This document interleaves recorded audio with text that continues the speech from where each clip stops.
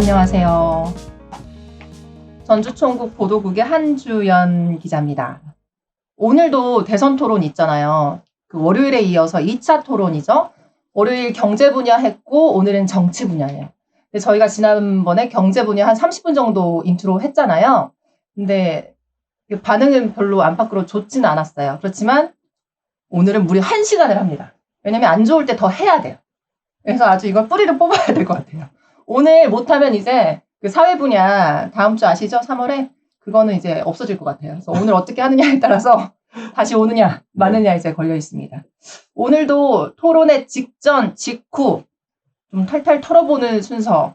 제작진의 바람대로 제가 멘트를 좀 해드리면 토론의 직전, 직후 그 토론에 잘 몰입할 수 있도록 탈탈 털어드리라고 이렇게 설명해 주셨고요. 저희 김대현 PD님이. 그리고 구독과 좋아요 같은 거 많이 말하라고 하는데 저는 사실 그런 말은 못하겠어요. 그래서 오늘 그 말 하실 분을 좀 구해왔습니다. 일단 또 제 옆에 두 분이 이렇게 또 앉아 계세요. 소개 먼저 하고 시작하도록 하겠습니다. 아시죠? 오른편에는 저번에 저랑 같이 말아먹은 참여자치, 전북 참여자치 시민연대 우리 박우성 국장님, 투명사회 국장님 오셨습니다. 네, 지금 길어져가지고, 잘 돼서 자신감이 생겼나 보다 했더니, 맷집을 기르겠다. 네, 제작진이 설명 안 하시던가요? 네, 못해서 길어졌대요. 네, 그런 거였군요. 네. 예, 박구성입니다. 오늘 또 왔습니다. 어떻게 모니터링 하셨죠? 네, 부끄럽지만 한번 해봤습니다. 네, 오늘 어떻게 임하는 자세?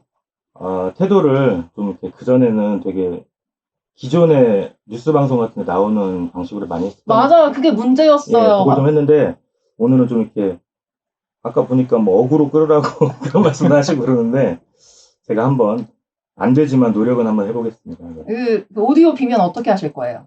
오디오 비주얼 플랜 B. 걱정 마십시오. 예, 네, 제가 많이 한번 준비해 오셨죠? 네, 준비는 안 했지만 아무 말이나 좀 해보도록 하겠습니다. 오늘 또 정치 분야예요. 국장님 전문 분야. 제가 정치 분야 전문인가요? 네, 평소 비판하고 싶었던 거, 네. 막 말씀하고 싶은 거 다 하셔도 돼요. 왜 뉴스 인터뷰는 10초밖에 안 되잖아요. 이거는 제 시간 충분히 드리도록 하겠습니다. 알려주셔서 감사합니다. 네, 그리고 제 왼편에 정말 힘들게 모셨어요. 우리 안승길 기자. 박수 좀 쳐드리고 싶네요. 네. 감사합니다. 우리 저희 보도국의 막내 기자인데, 제가 지금 안승길 기자 열심히 키우고 있었는데, 이거 디지털 추진 단장님이 어떻게 꼬셨는지 어쨌는지 아무튼 데려갔어요. 작년 9월이었죠? 네. 그 뒤로 보지를 못하고 생사를 확인 못하다가 여기서 만났네, 여기서. 어떻게 오늘 뭐 역할은 뭐라고 들었어요, 제작진한테? 저는 틈틈이 이제 오디오를 비지 않도록 최선을 다하고, 네, 현장에서 봤던 것들, 현장에서 대선 후보를 봤던 것들, 분위기들이 어땠는지, 외교안보를 책임지라고 하시는데, 제가 외교안보 완전 문외한인데 도대체 어떻게 책임지라고 하신 말씀인지 모르겠습니다. 오늘 우크라이나 사태 것 계속 같아요. 보셨잖아요, 현장. 그 수도를 계속 비추고 있었던데, 카메라. 네, 저희 채널에서 계속 지금 유튜브 채널에서 현장 라이브 영상 송출하고 있거든요. 네, 저희 채널에서 보실 수 있으니까 꼭 봐주시고요. 네, 최선을 다해서 이야기하도록 하겠습니다. 알겠습니다. 보니까 대선 후보들 왔을 때마다 현장 실시간 중계를 했어요. 네. 좀 최근에 누가 오셨죠? 윤석열 후보? 네, 이번 주에 주초에 윤석열 후보 왔었고요. 네, 윤석열 후보 지난주에도 왔었고 이번 주에도 왔었고 엿새 만에 그렇죠. 방문을 잇따라 네. 했어요. 확실히 좀 자주 오긴 하는 것 같아요. 윤석열 후보가 벌써 지금 선거 이후에 네 차례 방문하는 거 저희가 다 현장 가서 촬영도 하고 라이브도 하고 진행을 했었고요. 이재명 후보도 연말에 메타버스로 한번 왔었고, 그리고 매일 출발하는 버스 메타버스였죠. 네, 메타버스로 오셨고, 그거 한번 지난해 연말에 왔었고, 네, 지난 주말에 토요일에 와서 익산역 그리고 전북대학교까지 거치면서 크게 집중 유세하고 갔었습니다. 현장 분위기는 좀 어때요? 분위기는 아무래도 다 지지하는 분들이 오셨기 때문에 거기까지 나와서 보실 정도면은 좀 정치에 관심도 있으시고 힘 실으러 혹은 궁금해서 오시는 분들이 많이 계시는 것 같아요. 현장에서 분위기는 아무래도 후보 이름 외치면서 뜨거운 분위기는 있고요. 수적으로 봤을 때는 규모는 민주당이 아무래도 전북 지역에서 민주당이 좀 세가 강하고 지지 당원분들도 많으시고 하니까 수적으로는 아무래도 압도적으로 좀 민주당 쪽이 많은 것 같긴 하고요. 국민의힘 쪽은 주로 이제 선거운동 기간 이후에는 점퍼 입고 실제로 유세하시는 분들, 선거운동원분들이 많이 계시고 그리고 지나가시는 뭐 행인분들도 오시기는 하지만 규모가 크지는 않았던 것 같아요, 상대적으로. 그래서 현장 분위기는 계속 윤석열이를 외치면서 열정적으로 그 분위기 띄우는 분들 많이 계셨던 것 같습니다. 후보들이 뭐 연설도 하고 또 지지 선언도 하고 뭐 이러잖아요. 그러면 지나가는 분들도 좀 관심을 가지고 많이 보는 그런 분위기예요? 그렇죠. 아무래도 전북대 이재명 후보 전북대에서 했을 때는 아마 지나다니는 분들 많이 좀 계속 지금 결합되면서 좀 분위기가 늘어났었고요. 윤석열 후보도 윤석열입니다 인사하고 유세하고 연설하면은 행인분들도 좀 오시면 들러서 지켜보시고 가시는 분들도 계시더라고요. 오늘 방송을 위해 다 현장 돌아다니신 거잖아요. 오늘을 위해 그렇게 주말이고 추워도 나가고 그러니까요. 주말에도 나가고 그랬던 것 같습니다. 후보들 다 갈 때까지 다 지켜보고 안녕하고 그러시더라고요. 그죠. 차 타고 가는 거 봐야 되니까요. 알겠습니다. 오늘 그 후반에서도 좀 현장의 분위기 많이 좀 전달해 주시고 제가 질문하지 않더라도 많이 네. 스스로 말씀해 주세요. 어쨌든 우리가 직전 직후잖아요. 직전은 이제 좀 이따 할 거고요. 직후 경제 분야 안 했잖아요. 집에 다 가셨잖아요. 국장님 막 웃으면서 가셨잖아요. 제가 나무라고 했는데도 어떻게 보셨어요? 제일 궁금했어요. 근데 저는 사실 이제 오늘 또 방송을 준비하기 위해서 일부러 군소후보 토론회를 또 따로 봤습니다. 군소부까지 보셨어요? 네, 그러니까 사실 네, 그 군소후보 토론회를 보면서 너무 좀 이렇게 실소도 좀 나오기도 하고 당황하면서 보기도 했는데 저 그 얘기 생각 들더라고요. 군소후보 토론회 8분이 다 앉아서 하셔요. 그런데 왜 이 대선 주요 후보 토론회에서는 다 서서 하시는지 벌 주나? 아니면 뭐 체력 테스트 같은 걸 하고 있는 건가? 왜 앉지 않는지 그게 궁금했었고요. 지난번 토론회 얘기하시니까 제가 이제 그 지난주 토론회 끝나고 나서 일부러 제가 바로 못 봤거든요, 사실. 이제 바로 집에 또 가야 되고 다른 일이 생겨가지고 네. 일부러 뉴스 기사를 안 봤습니다. 마치 영화 보면은 스포일러 보지 말라고 하잖아요. 객관적 평가를 위해서. 그래서 저의 첫 반응을 제가 잘 기억하기 위해서 일부러 기사를 안 보고 토론회를 다시 시청할 때까지 기다렸습니다. 그러면 못 보신 분들도 있잖아요. 우리 제작진 분들이 수고스럽게도 그 편집을 좀 해주셨다고 하니까 그걸 보고 나서 얘기 이어가도록 할게요. 준비되셨어요? 저번에 50조 말씀하셨지만 사실은 내가 당선되면 하고 당선 안 되면 안 하겠다 이렇게 말씀하시지 않았던가요? 네. 이번 선거 이후에 코로나 대응이 확 바뀐다. 방역 정책의 실패를 이제 인정을 하셨는데 결국은 그렇다면은 이 민주당이 대선에서 책임을 져야 된다는 그런 뜻 아니겠습니까? 야당 코스프레 하는 게 아니라 전 이걸 한번 우리 심상정 후보님께 의견을 한번 듣고 싶습니다. 제가 말씀을 드리도록 하겠습니다. 잠시만요. 방역에 상당한 성과를 낸 것 자체를 부인할 수는 없습니다.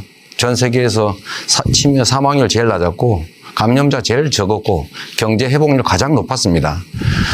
이런 점들까지 폄훼하면 안 된다는 생각이고 특히 우리 윤석열 후보께서는 본인 마스크 잘 안 쓰시죠. 부인도 잘 안 쓰시더군요. 규칙 안 지키시고. 압수수색 신천지 지금 대구에서 사람이 죽어나갈 때 압수수색 납득할 수 없는 이유로 안 했지 않습니까? 화천대유 어쩌고 해가지고 김만배하고 정영학 회계사가 통화한 녹취록을 말씀을 하시는데 그 사람들은 우리 이재명 후보하고 훨씬 가까운 측근이고 제가 듣기로는 그 녹취록 끝부분을 가면 이재명 게이트란 말을 김만배가 한다고 그러는데 녹취록에 내가 측근, 저는 그 사람들 정영학, 남욱 본 일도 없어요. 무슨 측근에 가까운 사람입니까? 그리고 이재명 게이트라고 있다고요. 그 녹취록 중에 내세요. 지금 허위 사실이면 후보 사퇴하시겠습니까? 네. 그거 있었으면 지금까지 가만히 있을게요. 지금까지 그분이 이재명이다 수없이 주장해놓고 그만하십시오. 이제 와서 네, 질문 이제 와서 저거니까 이따가 하세요. 이런 거짓말을 합니까?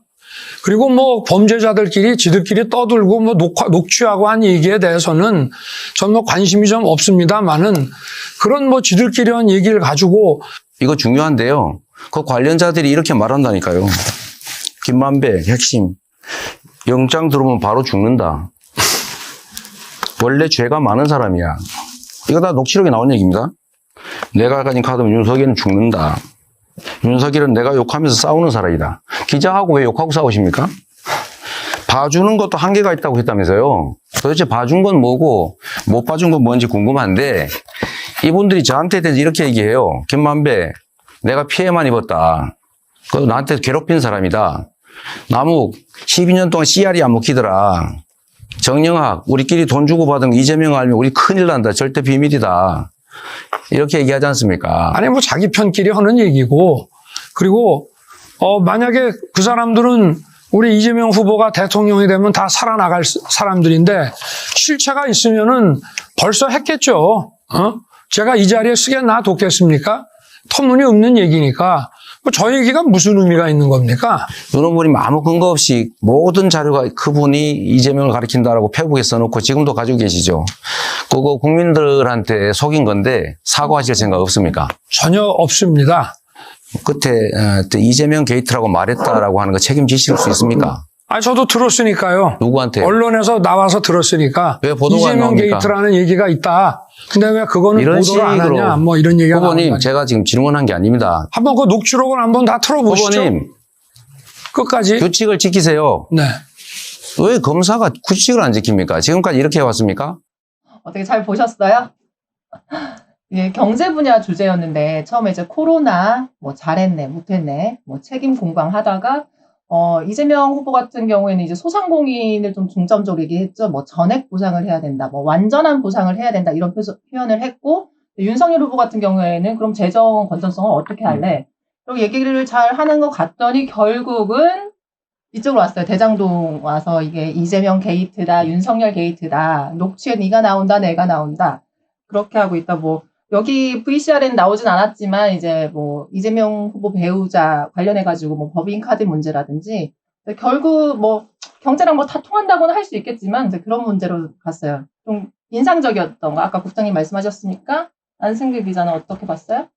영상에도 나왔지만 이재명 후보 판례를 꺼내면서 윤석열은 죽는다. 뭐 이런 얘기들을 하면서 상당히 위협적인 긴장감이 흐르는 그런 포인트가 있었던 것 같고요. 아무래도 지금 계속 판세에 부딪히면서 선거 다가올수록 후보들 말도 세지고 공격도 세지는 게 지난번 토론에서도 좀 여실히 드러났던 것 같고, 이전에 뭐 이재명 후보, 윤석열 후보의 공격이 집중됐었으면 안철수 후보나 심상정 후보의 역할도 상당히 좀 커지면서, 높아지면서 맞아요. 비중이 커지면서 되게 명확한 사자구도, 좀 사자구도가 좀 보이지 않았나. 그러니까 역학적으로 어떻게 구분할 수는 없지만 어쨌든 심상정 후보가 이재명 후보에 대해서도 굉장히 각을 세웠고 그쵸. 또 안철수 후보는 윤석열 후보를 향해서 또 비판적인 멘트를 많이 했단 말이에요.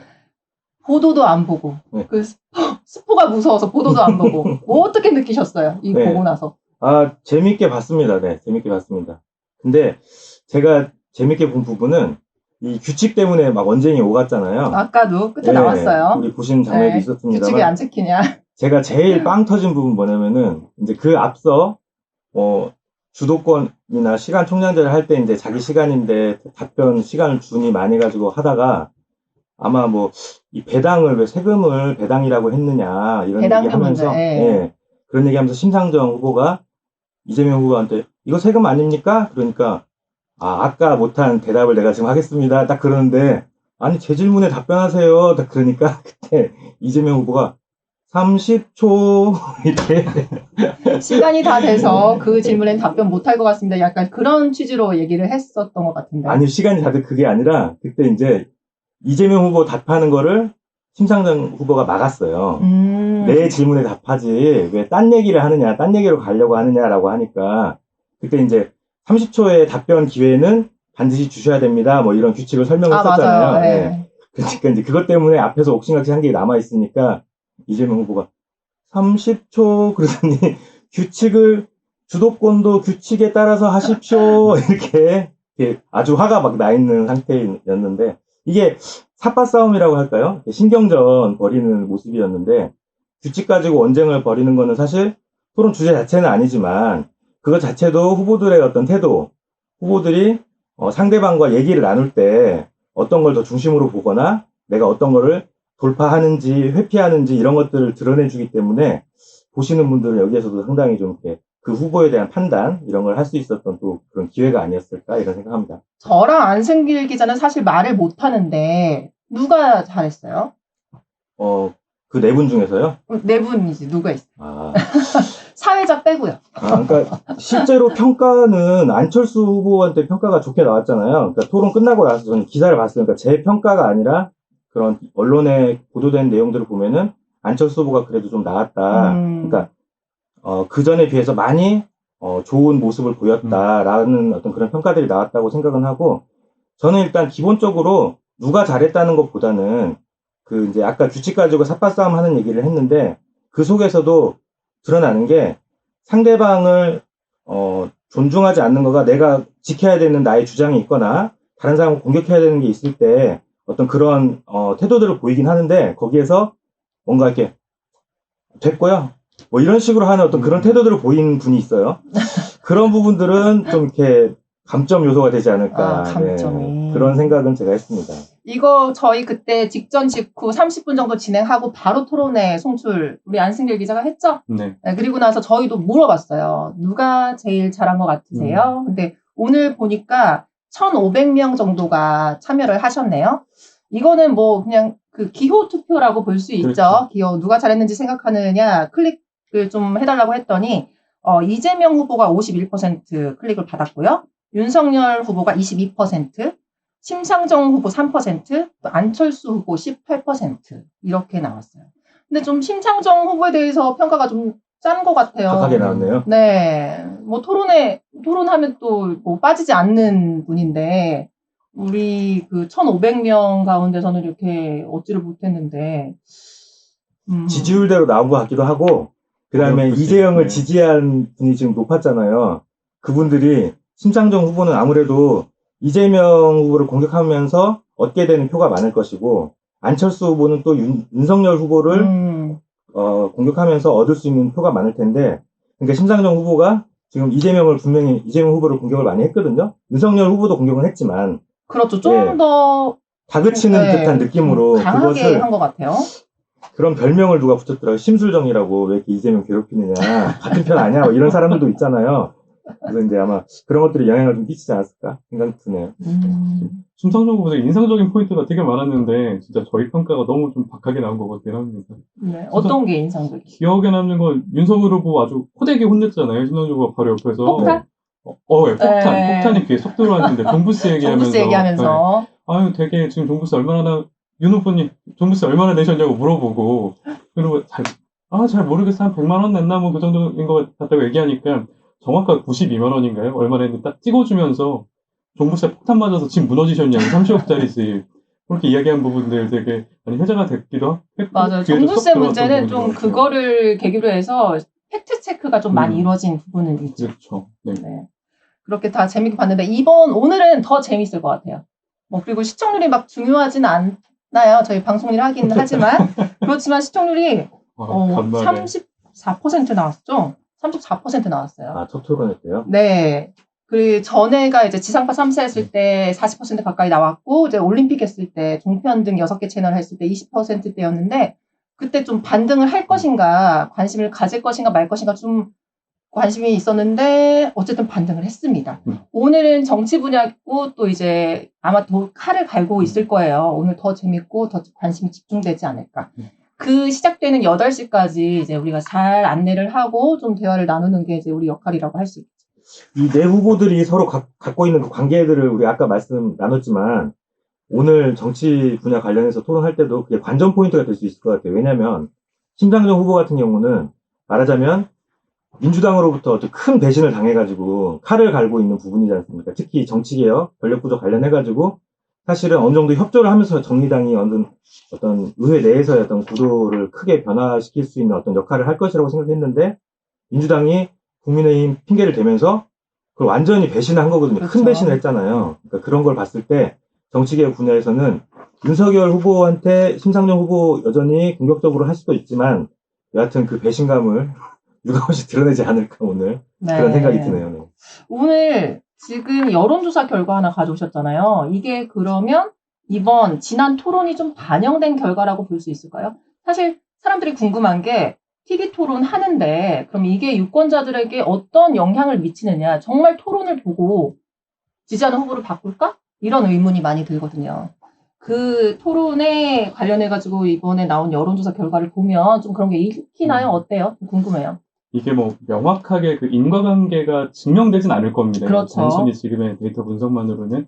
근데 확실히 이번 주 초에 윤석열 후보 왔을 때 그때쯤에 발표됐던 여론조사의 결과와 지금 어제 오늘 발표된 여론조사의 결과 추이가 좀 느낌이 다르기는 해요. 미세하게 좀 다른 네, 부분이 있나요? 약간의 좀 차이가 벌어지고 있는 것 같은데 지금 지난 주 초에 나왔을 때는 갤럽 여론조사 한 7% 차이 났고 윤석열 후보가 다 대부분이 앞서고 있으니까 그리고 MBS는 9% 차이가 나서 격차가 벌어지는 추세인가 보다 이야기를 했었는데 토론 지나고 나서 지금 어제 오늘 나온 결과 보면 거의 대부분의 지금 여론조사 한 5개 정도 결과가 나왔는데 1, 2% 차이로 좀 많이 좁혀졌습니다.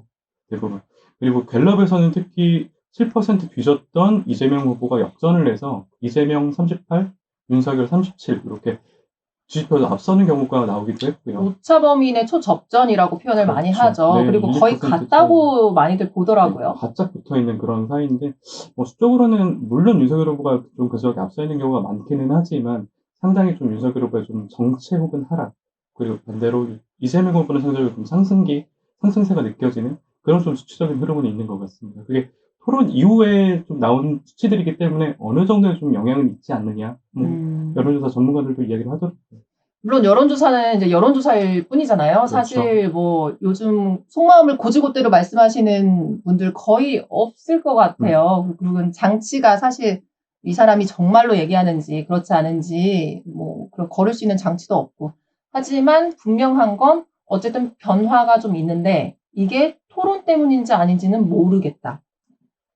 그래서 여러 가지 변수들이 많이 작용을 하니까 그리고 이제 이번 토론이 끝나면 마지막 토론, 그러니까 법정 토론으로 3차 토론이 지금 3월 3일로 3월 2일인가요? 3월 2일로 네. 예정돼 있고 3월 3일부터는 여론조사 공표가 안 되는 거잖아요. 그리고 3월 4일부터는 이제 사전 선거가 사전 투표가 시작되고 그렇기 때문에 이제 앞으로의 한 5, 6일 정도가 굉장히 중요한 그런 시점일 것 같아요.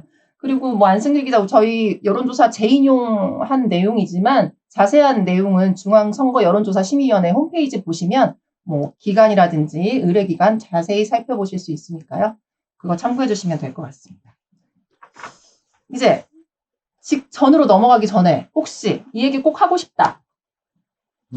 뭐가 있을까요? 이거 좀 정리하고 가고 싶다. 오디오 비네요. 빨리. 네. 아니, 얘기 안 한 거 하나 있습니다. 네. 네거티브들 많이 했잖아요. 그래서 이제 토론회가 영향을 끼치느냐, 네거티브가 토론에 어떤 영향을 끼치느냐를 제가 그냥 일반 시민의 입장에서 과학적인 분석이 아닙니다.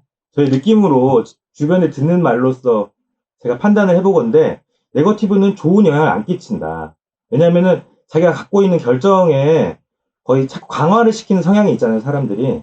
그래서 어떤 상황이 벌어지든 간에 자기가 좋아하는 결과를 향해서 해석을 하는데 네거티브는 그거를 강화시킬 뿐만이 아니라 말하자면은 지금 그 상대방에 대한 신뢰까지 잃게 만들거나 예를 들어서 이렇게 말씀드려볼게요. 어떤 사람이 어떤 후보가 아주 잘못된 일이 벌어졌다라고 했을 때 그 전에 이 후보에 대해서 상당히 동일시하면서 스스로 감정이입이 많이 돼 있는 사람은 그거에 대해서 객관적인 평가를 내리기보다 확 몰려가면서 왜 그런 거짓말을 하는 거야? 라고 하면서 화를 더 내게 되는 거죠. 그러니까 만약에 네거티브를 안 했었다면은 그런 일이 있었어? 그래서 자기를 거기서 좀 빠져나오게 해서 객관적인 평가를 하는데 뭔가 도움이 되는데 네거티브는 동일시하는 사람에게 더 그쪽에 더 집착하게 만들어버린다는 거죠. 그래서 네거티브는 결국에는 아마 그런 얘기도 하실 것 같아요. 도움이 절대 안 될 것이다. 네거티브. 네. 내 선거판에 네거티브 하지 말자 하는데 이재명 후보 네거티브 안 하겠다고 선언도 했었는데. 그렇네요. 선언 참. 얼마 전에 선언도 이렇게 했었지만. 사인도 하고 선언도 했던 것 같은데 또 내가 하면 비판이고 검증이고 남이 하면 또 네거티브이기 그렇죠. 때문에 근데 후보들 분위기는 별 수 없는 게 예를 들어서 지난번 그 첫 번째 시간 총량제 딱 끝나가지고 할 때 다 시간이 끝났는데 윤석열 후보가 11초가 남았더라고요. 그러니까 사회자가 윤석열 후보 11초 남았으니 말씀하십시오. 그러니까 딱 그때 그 11초 남은 시간을 우리 이재명 후보 이 말 저 말 하지만 말 맨날 바꾸니까 믿을 수가 없다. 이 얘기를 하는데 마지막 11초를 쓰더라고요. 그래서 작심하고 나온 거 아니야? 이런 생각을 저는 하긴 했는데요. 결국은 네거티브라는 것을 피하는 것이 좋다라는 그런 생각은 없는 것 같아요. 후보든 기회가 되면 네거티브를 해서 뭔가 상대방을 깎아내릴 수 있다라는 그런 생각을 갖고 있는 것 같긴 해요. 그렇죠. 아마도 오늘도 심할 거예요. 네. 네, 마음 단단히 먹고 보셔야 될 것 같아요. 오늘도. 여론조사 붙고 있어서 서로 더 이제 수위를 높이지 않을까. 신경전이 아주 처음에는 좋게 시작하다가도 이제 끝에 가면 이제 어떻게 될지 모르니까요. 전반부 꼭지와 후반부 꼭지의 온도가 확실히 다르더라고요. 어쩔 수 없겠죠. 이제 정치로 한번 넘어가 볼까요? 네, 오늘 정치 분야 직전에 대해서 얘기를 좀 해보도록 할게요. 뭐 정치라고 하면 사실 뭐 분야가 없죠. 모든 게 다 정치잖아요. 그렇습니다. 부장님도 뭐 정치 하시잖아요. 저 정치한다고요? 네. 그러니까 우리 한 기자님께서 저를 아주 계산적인 사람으로 얘기했구나. 그 편견이에요. 정치는 계산이다 이런 거 아니고. 근데 저는 민주사회에서는 모든 시민이 다 정치적인 사람이 되어야 된다라고 하는 소신을 갖고 있고요. 정치한다는 것에 대한 어떤 왜곡된 편견이 사람들한테 많이 자리 잡고 있어서 정치적이다. 저 사람 되게 정치적이야 하면은 되게 이렇게, 이해타산적이고, 그리고 자기의 본심을 숨기면서 유리한 편에 줄을 서려고 한달지, 뭐 이런 거를 정치적이라고 하잖아요. 생각을 하잖아요. 그래서 정치적이라고 하면은 되게 기분 나쁘게 듣는 평가 중에 하나예요. 정치적이라는 거는. 근데 사실은 정치는 원래는 이렇게 대화하고 타협하는 것을 통해서 가장 좋은 결과를 낼 수 있다. 그러니까 어떤 우리가 여러 사람이 함께 어떤 거를 결정해서 어떤 일을 실천할 때 함께 동의를 해야 된다. 반대하는 사람이 있어서는 그 일이 잘 될 일도 없고 돼봤자 좋을 일이 아니다. 그러니까 우리가 계속 얘기를 하고 내 주장도 표현하고 상대방의 주장을 들어서 경청을 해가지고 잘 들어보고 판단을 하고 그리고 그것을 서로 타협을 해가지고 함께 결정을 만들어낸다라는 것이 가장 좋은 결과를 만들어낸다는 것을 신념으로 갖고 있는 게 정치적인 것이다. 그래서 민주사회에서는 이 정치가 아주 정치적이지 않다는 것이 뭐냐 그러면은 외골수, 고집장이, 자기 태도를 전혀 안 바꾸는 사람. 그래서 정치를 안 하면 어떻게 되느냐? 싸움이 일어나는 거죠. 폭력을 행사하거나 아니면 어떤 힘을 이용해가지고 관철을 시켜버리는 것. 그거는 수준 낮은 정치거나 정치가 아닌 거죠. 한마디로 말하면은. 그래서 저는 정치적인 사람이 돼야 된다. 네, 모든 것이 정치라는 거에 동의도 하고 특별히 우리 이 방송을 들으시는 우리 시민 여러분, 우리 정치적인 사람이 되시다. 네. 정치해야 한다. 정치해야 합니다. 네. 우리 안승길 기자도 정치판에 또 소시적에 한번 담궈봤잖아요. 소시적에 기억이 가물가물한데요. 아니 그래도 근거리에서 가장 본 것 같은데 국회에 있었잖아요. 잠깐 일을 하긴 했었지만 네, 좀 어떻던가요? 지나간 기억이고 확실히 정치라는 게 말씀하신 것처럼 여러 가지 갈등과 이해관계가 정말 분절되고 다양한데 그거를 이제 조율하기 위해서 합의를 끌어내기 위해서 만들어진 일종의 발명품 같은 거 아니겠어요, 정치가. 네, 최근에 저희가 지켜보면 그런 이해관계가 조정되고 어떤 합의를 이끌어가는 정치의 그런 현상들, 결과들을 좀 못 보다 보니까 정치에 대해 좀 회의도 많이 생기고 거리감도 많이 생기고 정치 혐오도 생기고 그런 것 같은데. 그러니까 국장님이 말씀하시는 거는 무슨 정치학 개론? 이론서에 등장하는 굉장히 교과서를 쓰셔야 될 것 같은데요. 이상적인. 근데 사실 우리가 아는 정치인들 중에 저런 정치를 하는 정치인이 제가 잘 몰라서 그런가요? 뭐 몇 분이나 될지 그런 훌륭하신 분들이 몇 분이나 될지 좀 의문스러운데 어쨌든 오늘 주제가 정치입니다. 물론 그렇죠. 그렇겠지만 대장동 가겠죠. 안 나올 수 없죠. 오늘도 새로운 것들이 계속 쏟아지고 있어서. 나오겠죠. 네. 그렇기 때문에 그런 부분은 감안해서 듣되 사실 좀 재미는 없겠지만 짚고 가야 될 거는 이 공약이 항상 들어있는 것들이 그런 정치 개혁에 대한 문제들이 많이 나오고 이번에도 어김없이 10대 공약에 다 들어가 있긴 해요. 안철수 후보 같은 경우에는 책임 장관제, 책임 총리 그리고 연임제 그 민주당에서도 발표를 어젠가요? 그젠가 했었잖아요. 네, 어제 손흥민 대표가 네, 선거제 개혁해서 또 개헌까지 이뤄내겠다. 일단 공감대는 지금의 5년 단임 대통령 제왕 중심적인 이런 건 좀 아니다라는 공감대는 어느 정도 있는 것 같아요. 어떻게 보세요? 그러니까 이제 제도가 과연 문제냐에 관해서 얘기를 하자면 또 다른 얘기가 되긴 하는데요. 지금 말씀하신 것처럼 지금 현재 정치가 문제다라고 하는 그런 공감대가 있어요. 그러면 이거를 어떻게 해결할 것인가에 대해서 후보들이 어떤 대책을 내놓고 약속을 해야 되는 상황이기 때문에 정치 관련된 공약은 뭐 기본적인 공약일 수밖에 없었고요. 말씀하신 대로 우리 이재명 후보는 대통령 4년 중임제 등 단계적 개헌 추진하겠다. 그리고 우리 윤석열 후보는 대통령실 개혁, 뭐 제왕적 대통령 잔재를 청산한다. 이게 막 되게 청와대 해체 이런 식으로 약간 느낌적인 느낌인 것 같긴 한데요. 그렇게 보도가 되긴 했어요, 실제로도. 네. 그 발표를 했을 때. 네. 그래서 이게 이제 중요한 거는 대통령 중임제는 이제 중간 평가가 들어간다는 부분이 핵심적인 부분이라고 생각하시면 될 것 같고요. 그 다음에 대통령제 청사는 그래서 이제 저는 내각제를 하려고 하나 하고 봤더니 그건 아니고 내각제가 가미된 대통령제 이렇게 표현을 하더라고요. 그래서 아마 무슨 프랑스에서 하는 것처럼 이원 집정제 같은 그런 형태를 아마 상상하는 것 같은데 어쨌든 세부적인 개헌과 관련돼서 이렇게 얘기를 하진 않더라고요. 윤석열 후보 쪽이. 근데 이게 지금 변화하겠다는 약속을 사람들에게 설득력을 얻기 위해서는 그러니까 지금이 문제다라는 것에 방점을 찍어가지고 아무리 얘기해봤자 그것보다는 저는 앞으로 어떻게 하면은 어떻게 나아질 것이다라는 식으로 좀 미래지향적으로 전망을 세우는 쪽으로 발언을 하는 사람들에게 점수를 줄 수 있을 것이다. 그리고 이게 세세하게 분석하고 아주 전문적인 분석이 아니더라도 저 사람 하는 말 들으니까 조금 희망적이네, 저렇게 하면 좀 나아질 것 같네, 이런 느낌을 줄 수 있도록 준비한 사람이면 점수를 얻을 것이다, 이런 생각이 듭니다. 그럼 국장님 생각에는 그러면 시스템이냐, 사람이냐, 뭐가 문제냐, 이렇게 본다면 뭐가 문제인 것 같으세요? 그 질문을 사실은 저희 어린 초등학교 5학년 올라간 아들이 했습니다. 제가 그 수준밖에 안 되나요? 네, 수준이신데요. 네, 유튜브에서 제가 뭘 낮은 봤는지. 수준은 아니죠? 아니죠. 시스템이냐, 사람이냐, 뭐가 네. 문제냐? 질문이 뭐였냐면, 아빠, 대통령제가 더 민주적이야? 의원 내각제가 더 민주적이야? 근데 그런 내용들이 요즘에 나오나 봐요. 어딘가에 나왔었나 봐요. 사회책에 나오겠죠, 나오기는. 대단한데요. 너는 뭐가 더 민주적인 것 같아? 그랬더니 의원 내각제가 민주적인 것 같아? 그러더라고요. 그래서 그래.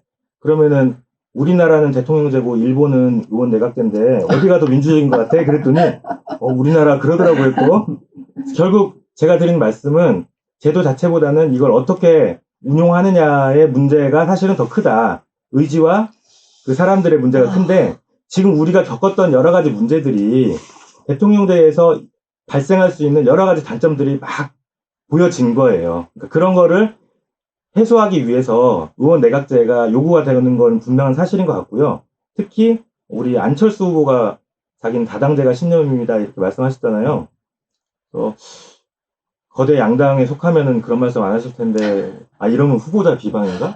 네, 안 되겠군요. 저 웃은 거 취소할게요. 네. 그건 아니고. 근데 이제까지 걸어온 길을 보면 그렇죠. 뭐 아직까지는 네. 아직까지는 중요합니다. 이게 다당제라고 말씀을 표현을 하셨는데 이 정치 생태계가 다양성을 유지하고 그래서 소수의 의견을 대표하는 사람들에게도 발언의 기회랄지 그들의 어떤 의사표현의 어떤 장이 잘 확보가 되는 것이 이게 중요하기 때문에 정치에서는 특별히 중요하기 때문에 그런 환경을 만들 수 있도록 우리가 정치개혁을 그전에 그런 추진을 하는 과정에서 연동형 비례제랄지 이런 것들이 나온 거였거든요. 근데 그게 안 됐던 이유가 거대 양당이죠.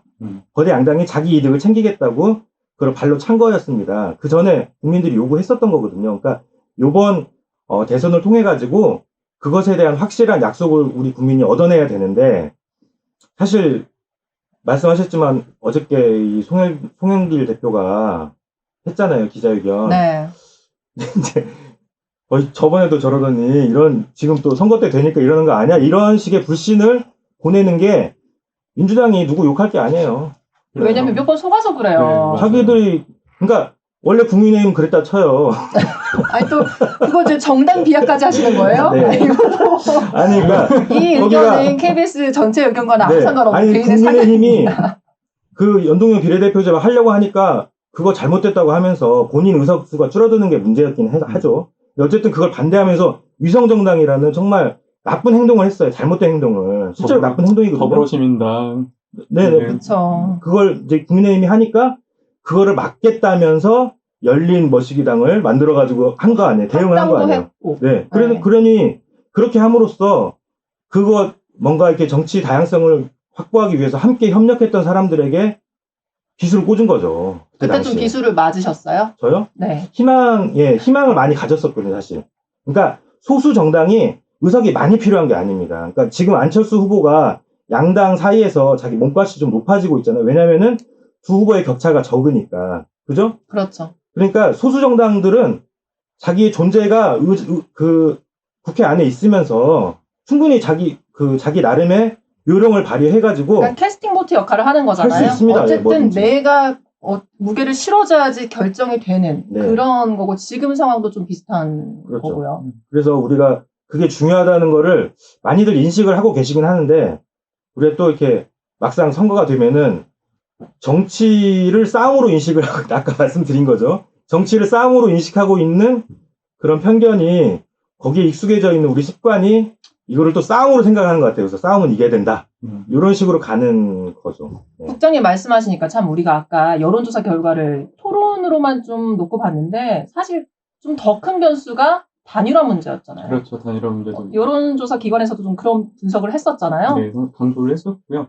아무래도 지난 주말에 일요일이었죠. 안철수 후보가 단일화 결렬을 선언하는 기자회견을 가졌고 갈 길 가겠다. 네, 내 갈 길 가겠다. 내 정치 하겠다라는 걸 선언을 했고 그 이후에 확실히 좀 표의 흐름이 달라진 부분들이 이번 여론조사에 반영됐다라는 해석들이 많이 있는 것 같고요. 그 토론에서도 그래서 안철수 후보가 상당히 맞아요. 지난번 토론에서도 이전보다는 윤 후보와 각을 세우고 다들 기억하시지 않습니까? 절레절레를 하기도 하고.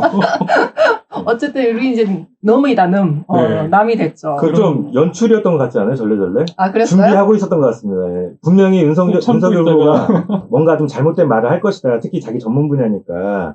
그러니까 준비하고 있다가 내가 카메라가 나를 비출 때 잘 이용해서 절레절레 해야지. 그랬을 수도 있을 것 같아요. 미리 이제 알고리즘 짜놓고서 타이밍을 보고 있다가. 그러니까요. 영향력을 끼칠 수 있잖아요, 그것도.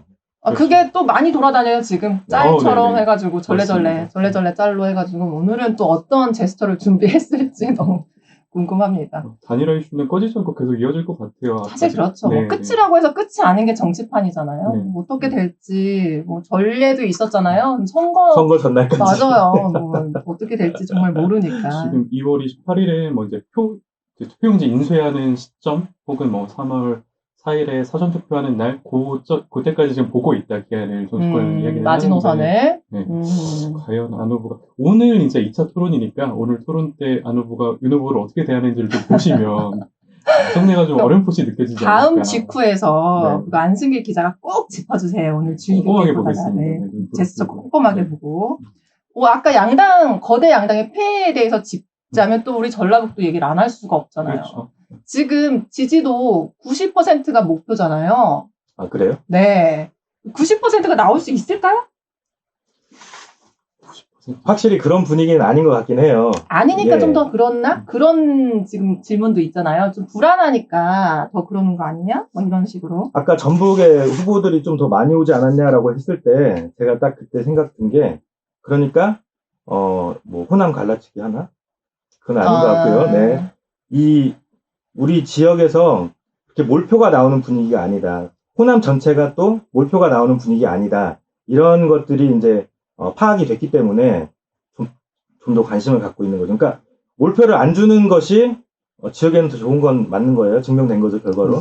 그렇긴 하죠. 지난 대선 때 그때 우리 전라북도가 가장 문재인 당시 후보한테 큰 높은 지지율을 보였어요. 그게 64.8%잖아요. 근데 지금 이제 90% 바라보고 하겠다. 이제 이런 부분에 대해서 이제 해석이 나오고 이제 반대로 국민의힘은 호남에서 30% 얻겠다라는 거잖아요. 가져가겠다. 처음에 20% 얘기했다가 이준석 대표가 페이스북에 상향 조정하겠습니다. 25%로 뭐라고 해야 되지? 금리 인상도 아니고 그렇죠. 조금씩 5%포인트씩 이렇게 올리더라고요. 양당이. 추세 좋으니까 30%까지 이야기를 해서 그 정도까지 목표치를 던졌는데 이게 좀 어떻게 작용을 할지는 봐야 될 부분인 것 같습니다. 그러니까 국장님 말씀대로 예전에는 여기 전라북도는 누가 가든 안 가든 여야를 막론하고 뭐 특정 정당이 80% 이상 이래버리면 사실 올 이유가 없어지잖아요. 그렇죠. 네. 그런데 지금은 이제 모든 지역이 너무 박빙의 승부다 보니까 모든 지역이 안 중요한 지역이 없고 특히 이 지역도 몰표를 준다는 보장이 없어져서 상대적으로는 점점점. 저희 지역 유권자들이 사실 저는 이제 이런 말을 감히 합니다. 다른 어떤 지역보다도 호남 지역의 유권자들은 정치적인 판단을 한다.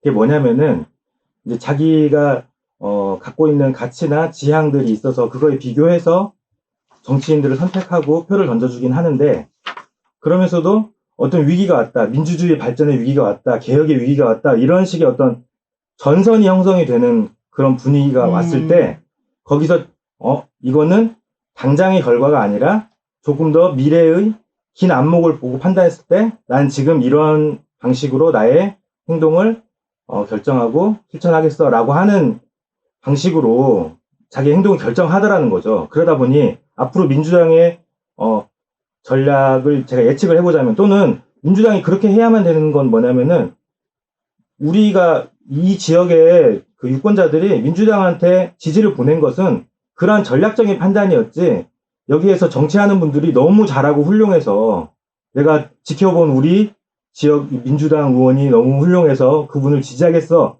이런 분들보다 어떤 그러한 정치적인 판단을 한 분들이 훨씬 많았다. 그러니까 여태까지 잘못했던 부분들에 대해서 분명하게 자기가 잘못했다는 부분을 얘기를 해줘야 아까 집을 나갔던 민주당의 표들이 다시 민주당에 돌아올 수 있을 텐데 민주당이 그렇게 잘못한 부분에 대해서 반성을 하고 분명히 고쳐나가겠다라는 약속을 진정성 있게 하느냐 그거에 의해서 민주당이 바라는 90%를 달성할 수 있을지 또는 30%를 못하게 방어할 수 있을지가 결정이 될 거라고 저는 생각합니다. 그 선거에서의 전략적 선택으로 하면 또 일가견이 있는 지역이 있죠. 어디죠? 충청도 말씀. 충청도. 저희가 또 안승길 기자 그래서 섭외했잖아요. 충청의 아들. 네, 청주인가요? 네, 충북 청주가 고향이고요. 충북 청주의 아들. 그 전략적 선택에 그렇게 능통하신. 어떻게 보세요? 저는 참 신기할 정도로 네. 이렇게 여야를 왔다 갔다 하면서 이렇게 지자체장도 나오고 국회의원도 나오고 그러잖아요. 그렇죠. 네, 좀 그게 이렇게 어떻게 습득이 되던가요, 어떤가요? 지역도 중앙에 있기도 하고요. 충북 좀 전북과 지리적인 좀 위치가 좀 역학적으로 좀 그런 작용을 하던가요? 있지 않을까 싶기도 하고 확실히 좀 전북과 다르게 압도적인 지지, 어느 정당에 대한 압도적인 지지를 보여주는 추세는 더욱더 없었던 것 같고요. 항상 마지막까지 캐스팅 보트라는 이야기도 하고 또 뭐 정치권에서 이야기를 하는 거는 어떤 이벤트에 대한 표의 반영이 상대적으로 늦은 곳이 충청 지역이다. 좀 반응이 늦게 온다. 토론회 그것도 끝나고 그렇대요? 반영되는 거. 그런 것들은 좀 늦다. 토론회 끝나고 한 열흘 정도는 지나서 곱씹으셔야지 이제 딱 결단을. 지역 비하는 아니지만 그런 좀 경향이 있다. 굉장히 신중하면서도 정치적이신 거죠. 아까 국장님이 말씀하신 정치적인 거. 뭐가 정말 우리 지역에 도움이 될까? 사람이냐 정당이냐 이거를 이렇게 곱씹어서 선택을 하신다는 거잖아요. 그렇게도 볼 수 있겠죠. 확실히 지금 근데 현재 좀 여론조사 쭉 보면은 충청권에서는 저희 2월 7일에 저희 KBS에서도 여론조사 했더라고요. 충청 지역에서도. 청주 KBS가 했나요? 네, 충북에서 한 걸 보면은 윤 후보가 좀 높고요. 41% 넘고 이재명 후보는 34% 정도. 어느 정도 우위를 주면서도 약간의 격차가 벌어진 그런 수치가 나오고 충청권 대부분 보면은 윤 후보가 한 40~50%대, 이재명 후보가 30~40%대 그 정도로 계속 유지가 되고 있는 것 같아요. 충청권은. 그렇게 보면 충청에서 좀 비슷하고 수도권에서 좀 사실 이렇게 앞서가지 못한 이재명 후보 입장에서는 그걸 이제 호남에서 어느 정도 좀 만회를 하고 최대한 박빙이기 때문에 여기서 최대한 가져가겠다라는 게 지금 각자의 텃밭에서의 한 표가 의미가 좀 크죠. 네. 무게가 좀 무거운 상황이 돼버린 거죠. 상대의 텃밭에서 가져오면 상대표를 뺏어오는 것이기 때문에 그게 중점적으로 전략을 두고 캠페인을 벌이는 것 같습니다. 그렇다 보니까 사실 지금 또 화두가 된 게 여권 대통합. 네. 저 깜짝 놀랐어요. 뭐 국민의당 막 창당하고 이럴 때는 뭐 서로 안 볼 것처럼 뭐 다시는 뭐라고 했죠? 뭐 복당이고 뭐고 아무것도 없다 뭐 이랬는데 이제 다 오셨죠? 네, 많이 오셨죠. 전라북도가 특히 많던데요. 어떻게? 거의 200여 분 가까이 되지 않습니까? 이제 복당하신 분들이. 네, 광역시도 가운데 전라북도의 복당 인사가 제일 많다고 네, 그렇게 정말 들었거든요. 많죠. 네. 그러면서 이제 다음 지방선거에도 영향을 미치고 특히 이제 국장님이 염려했었던 독주. 한때 국민의당의 출연으로 좀 다당제가 연출됐던 시절이 있었는데 이제 거기에서 있었던 분들이 다 도로민주당이 되셨잖아요. 여기에 대해서 좀 우려하는 시각도 있더라고요. 이제 대선과 별개로 그 이후의 일도 우리는 이제 걱정을 해야 되니까 어떻게 굉장히 심각해지셨네 갑자기. 예. 저는 충청도가 부러워서. 전략적 선택이 부러워서. 네, 그러니까 아무래도 정치 권력 교체 가능성이 높을수록 유권자들의 표를 얻어야 하는 그 정치인들은 절박함이 생겨. 더 노력하게 되고 유권자들이 어떻게 생각하는지 어떻게 반응하는지에 신경을 쓰면서 거기에 맞춰서 뭔가를 할 수밖에 없잖아요. 그러니까 유권자 힘이 훨씬 센 거죠.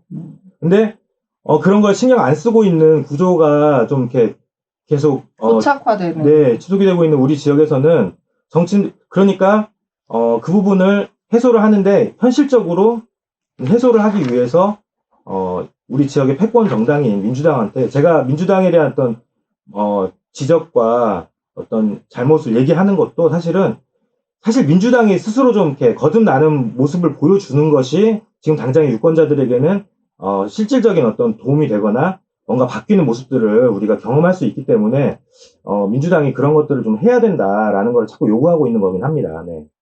그런 의미에서 그 이용호 의원이 무소속으로 있다가 이제 복당이 번번이 이제 거부가 그렇죠. 됐던 민주당으로의 상황에서 복당이 부산되고 이제 어떻게 보면 이제 본인의 정치적 결단을 한 거죠. 최근에 찬조연설도 뭐 1호 네, 제일 연설하셨다고 그랬는데 거기에 대해서는 좀 어떻게 생각하세요?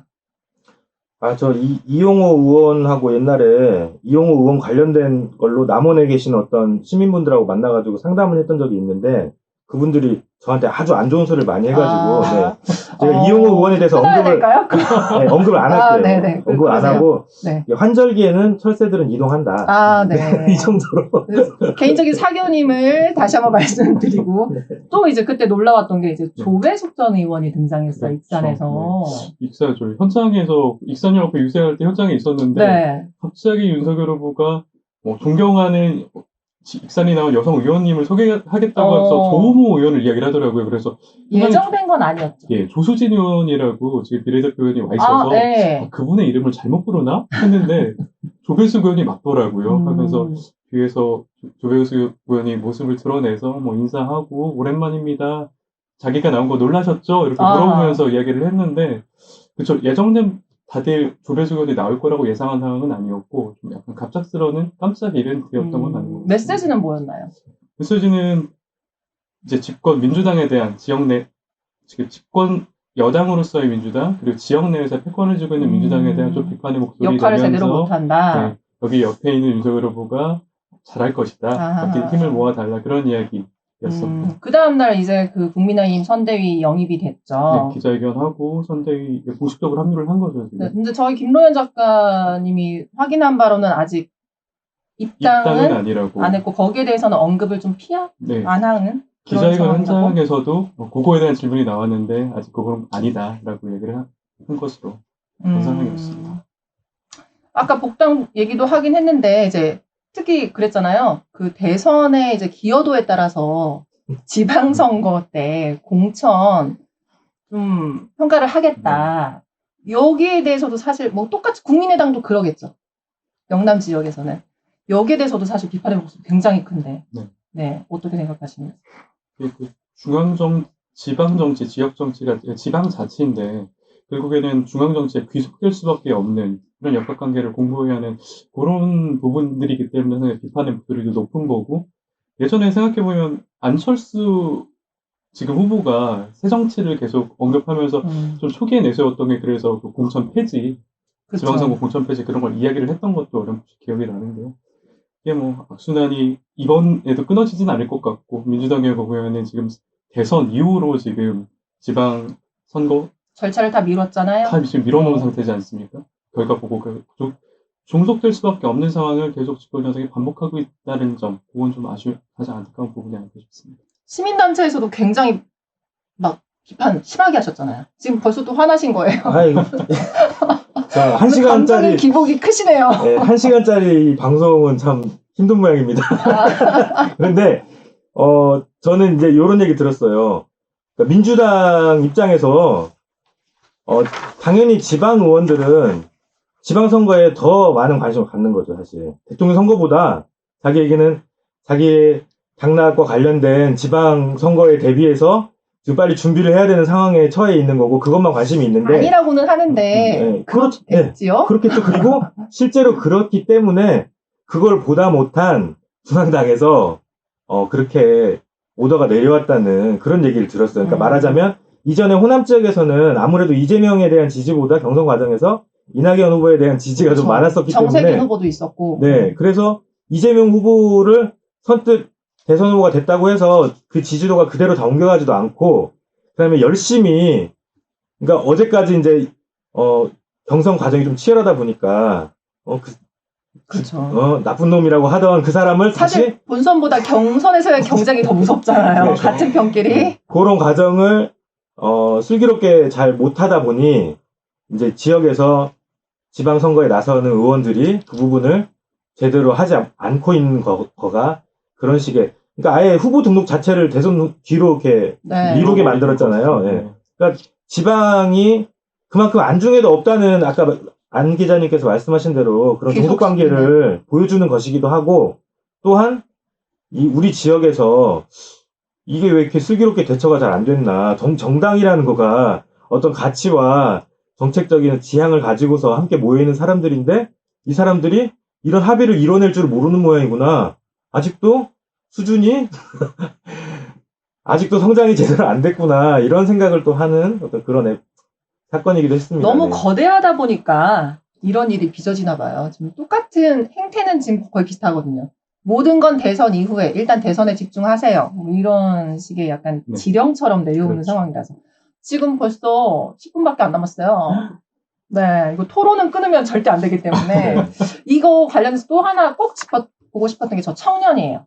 이번 대선만큼 청년이 이렇게 많이 회자되는 이런 식은 있었죠. 뭐 청년은 막연하게 뭐 진보적일 것이다. 뭐 청년이 많이 투표에 참여하면 뭐 어떨 것이다. 이런 얘기는 많이 했지만 사실 지금 선대위에도 청년들의 포지션이 굉장히 다양해지고 또 중요한 역할도 맡고 있어요. 좀 어떻게 평가하는지 어떻게 보세요? 확실히 지금 청년이 어떤 캐스팅 보트로서 부상을 하는 데는 국민의힘의 좀 세몰이라던가 눈에 띄는 포인트들이 많이 있었던 것 같아요. 대표부터 사실. 네, 이준석 대표의 등장, 그리고 그를 통해 청년들이 뭐 당원 가입 러시라던가 온라인 오프라인 상에서 여러모로 이슈들이 만들어지면서 국민의힘 쪽으로 이슈가 몰리고 관심이 쏠리는 부분들이 그 분위기를 이끌었던 게 청년들이다라고 하면서 이준석 대표 망치와 모루 이야기하면서 그걸 망치가 청년이거든요. 모루는 호남이고 그 두 포인트를 공략을 해서 대선을 승리하겠다라는 게 대표의 전략인데, 망치와 모루. 네, 지금 뭐 청년 대변인, 뭐 청년 선대위, 청년 보좌역 등등 여러 직책을 갖고 저희 전북 지역에도 뭐 전북대 출신의 학생들도 있고 현장에서 활동하는 학생들이 좀 많이 늘어났더라고요, 과거에 비해서는. 근데 실제 청년들의 그 정책적인 의제로서 반영이 되느냐는 아직은 미지수인 것 같고요. 한편으로 아쉬운 것은 그게 어떤 성별 간의 갈등, 갈라치기라고 하죠. 그런 부분들이 어떤 청년들이 도구화되지 않는가라는 부분들에 대한 아쉬움도 있고요.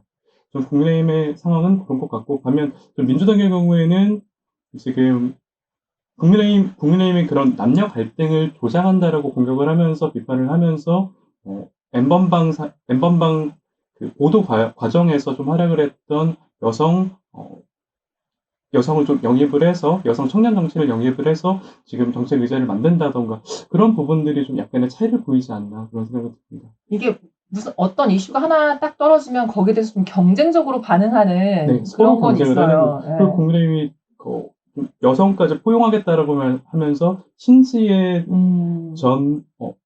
신재 씨를 영입을 했다가 좀 철회하는 경우도 있었지 않습니까? 그래서 청년들이 상당히 좀 청년들에 대한 관심이 높아지면서 어떤 손을 내미는 액션들은 취하는데 직접적인 어떤 권한을 주거나 좀 정치를 할 수 있는 롤을 열어주는 것은 아직은 보이지 않고, 이제 앞으로 이제 정권 대선 이후에 어떤 식으로 역할을 열어주느냐가 좀 관건이 될 것 같습니다. 그렇기 때문에 벌써부터 이제 청년이라는 그런 상징성을 이제 정치에 이용하고 이제 소비하고 버린다, 이런 지적이 상당히 나오고 있는데, 시민단체에서는 좀 어떻게 보시는지도 궁금해요.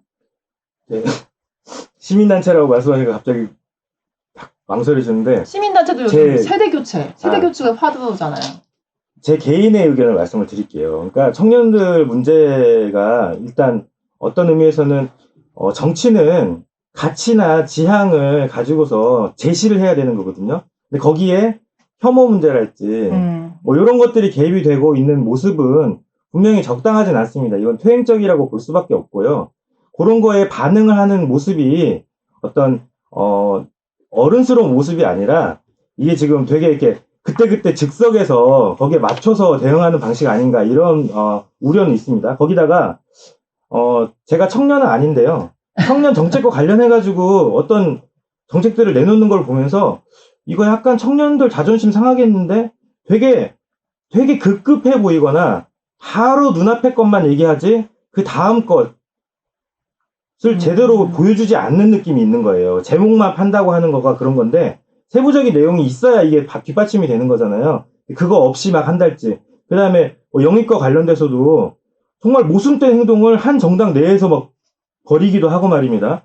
그런 거 보면은 이거는 청년을 너무 낮은 수준으로 보는 거 아닌가, 청년을 무시하는 태도 아닌가 이런 생각도 보이고 사실은 청년들에게 관심이 많은 이슈가 있습니다. 그러니까 찬반의 문제가 아니라 그 이슈가 있으면은 이 문제가 청년들에게 관심이 많은 이슈야. 그럼 이 이슈가 앞으로 우리 사회에서 지속적으로 중요한 이슈로 다뤄질 것이 분명해 라고 하면서 그 이슈에 대한 무게감을 높여야 되는 건데 그런 게 아니잖아요. 지금 제가 볼 때는 그러지 않거든요. 그래서 이거는 잘못된 청년 정책이다. 방향을 제대로 잡고 있지 못하다. 정당들이. 그렇게 생각합니다. 네. 사실 선거 앞두고 나오는 것 중에는 막 체계적이고 오랜 기간 고민해서 나오는 거는 상대적으로 좀 적다고 그렇죠. 보이죠? 네. 저만 그런 거 아니죠? 그러니까 준비를 해야죠. 네. 이거 사실 정치개혁 문제도 이거 예전부터 뭐 지루하게 다 이렇게 논의하고 뭐 합의를 이루려고 했던 것들인데도 불구하고 이제 안 되고 하다가 이제 선거철만 되면 다시 꺼내지고 그런 상황이기 때문에 청년 입장에서 충분히 뭐 저도 청년은 아니지만 급조된 거 그리고 나를 도와줘야 도움을 받아야 되는 대상으로 이렇게 치부하는 거 그렇죠. 선거를 목표로 내 표를 가져가려고 이렇게 하면 사실 기분 좋은 청년은 없겠죠. 또 더욱이 그게 이제 연속성이 없다면 더더욱 그럴 것 같고요.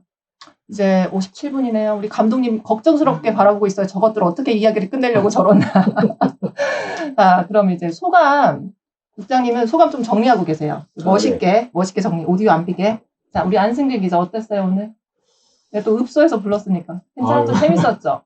당연히 부장님 계신데 나와서 이야기를 하는 건 인사 오빠 제가 후하게 드릴게요. 소감 한마디 해주세요. 네. 이게 지금 오늘 이제 토론하고 오늘 저녁에 저희 집전 짓고 끝나고 토론하고 다음 토론 이제 3차 토론 남아 있고요. 사회 분야 남아 있죠. 네, 그렇죠. 그렇게 되면 거의 정말 대선 확까지 오는 거거든요. 거의 막까지고 현재까지도 보통 한 달 전에는 좀 대세가 결정이 나는데 이번 대선은 정말 특히 정말 막바지까지 엎치락뒤치락하면서 혼전이다, 안개속 대선이라고 이다라고 얘기를 하지 않습니까?